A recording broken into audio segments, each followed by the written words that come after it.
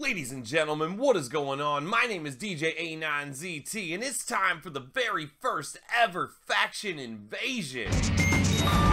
And now, invasion. No, not that invasion. Hopefully it's going to be way better than that.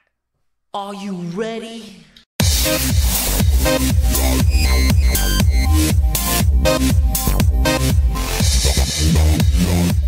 Alright, we're back, WWE Champions, and it's time for the first faction invasion. And I know about as much as all of you do about this. I don't know a tremendous amount about it. I didn't really watch the other streams when they had pre-released it. So I'm kind of just taking it all in on the first night like a lot of you. So let's jump right into it. There's that nice tab right on the homepage for you now. You click it, bring you right into where you need to go. Hopefully, looks like the rock's loading a little long here. Alright, now we're in Faction Invasion.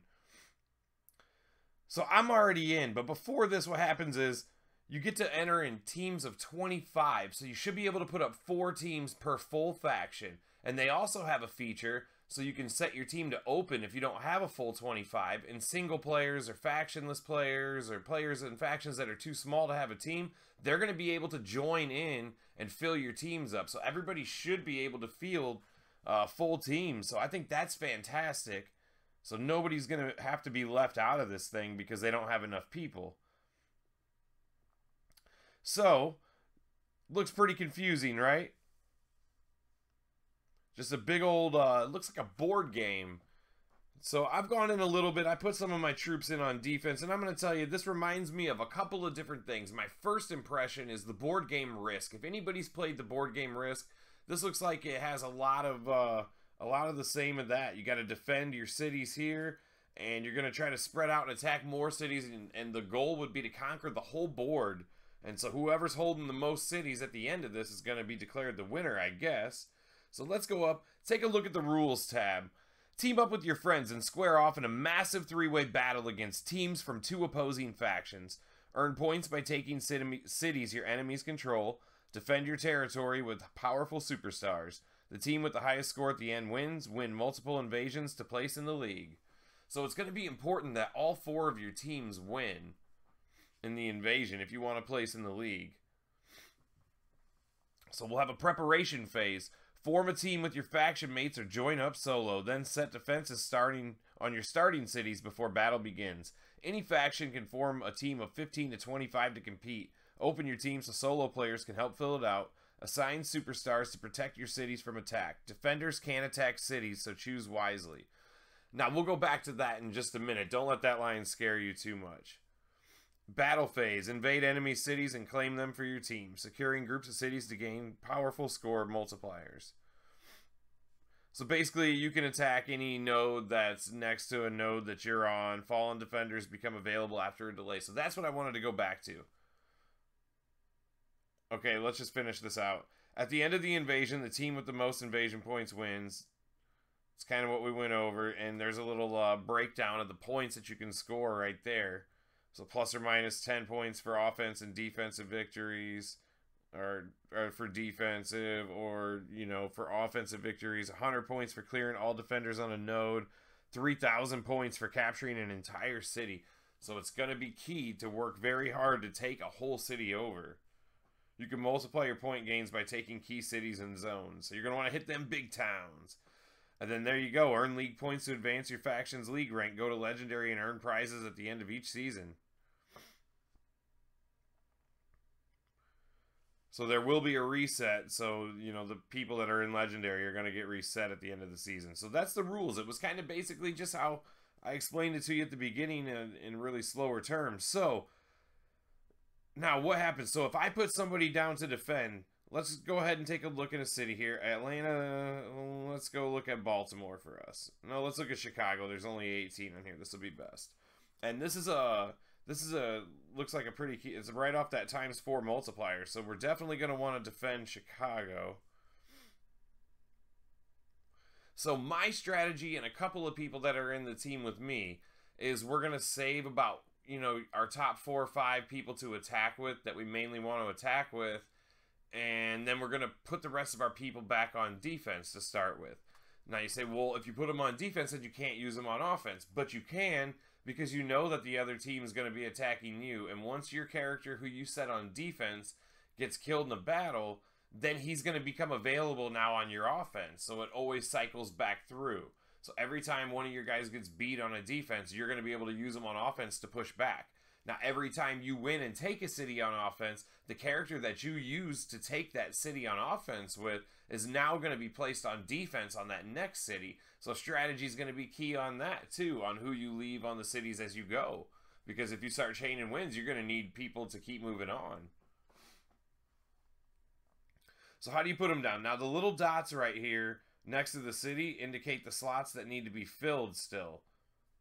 So we're going to look up here at 7, even though it's full. I'm going to show you the main event on each tour. You're going to have to set a defense. Or, I mean, you're going to have to set a tag team on defense. It's the only one, though. So you want to use some things that have, like, tag links between them. Oh, it looks like the tag links got disabled here. They were showing them earlier. Huh. They were showing them earlier. I don't know if this is a glitch now or if they took them out, but it definitely was showing the tag links when we first put them in earlier. So we'll have to see how that plays out. So let's go to City 6 here. There's an empty slot, so I'm going to go into set defense. And we're going to look and see that, you know, there's a couple guys in already. That slot's empty. So we're going to go to this empty slot. I'm going to tap to select, and then I get to pick whoever I want to put on there for defense. So let's go ahead and put George Steele on defense here. Boom. Now I got a defense set there. Now that one's full. You can only put one on each one, so everybody's going to have to work together to get them all full. So I can put somebody in node 5 on Chicago here. Find an open slot. And let's put Del Rio on here.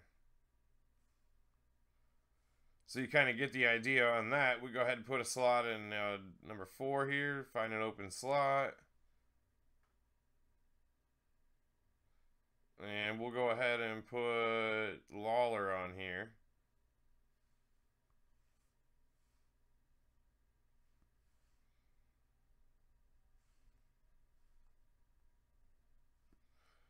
Open slot here. We'll go ahead and put Rusev there. So a lot of these trainers that you built up to 5,000 are finally actually going to play a role because they're going to be your best defense players to leave behind.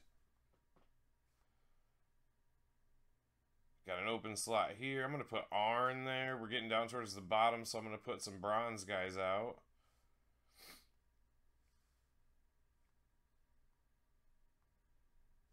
But that's some of the strategy that everybody's going to have to come up with what works best at this point.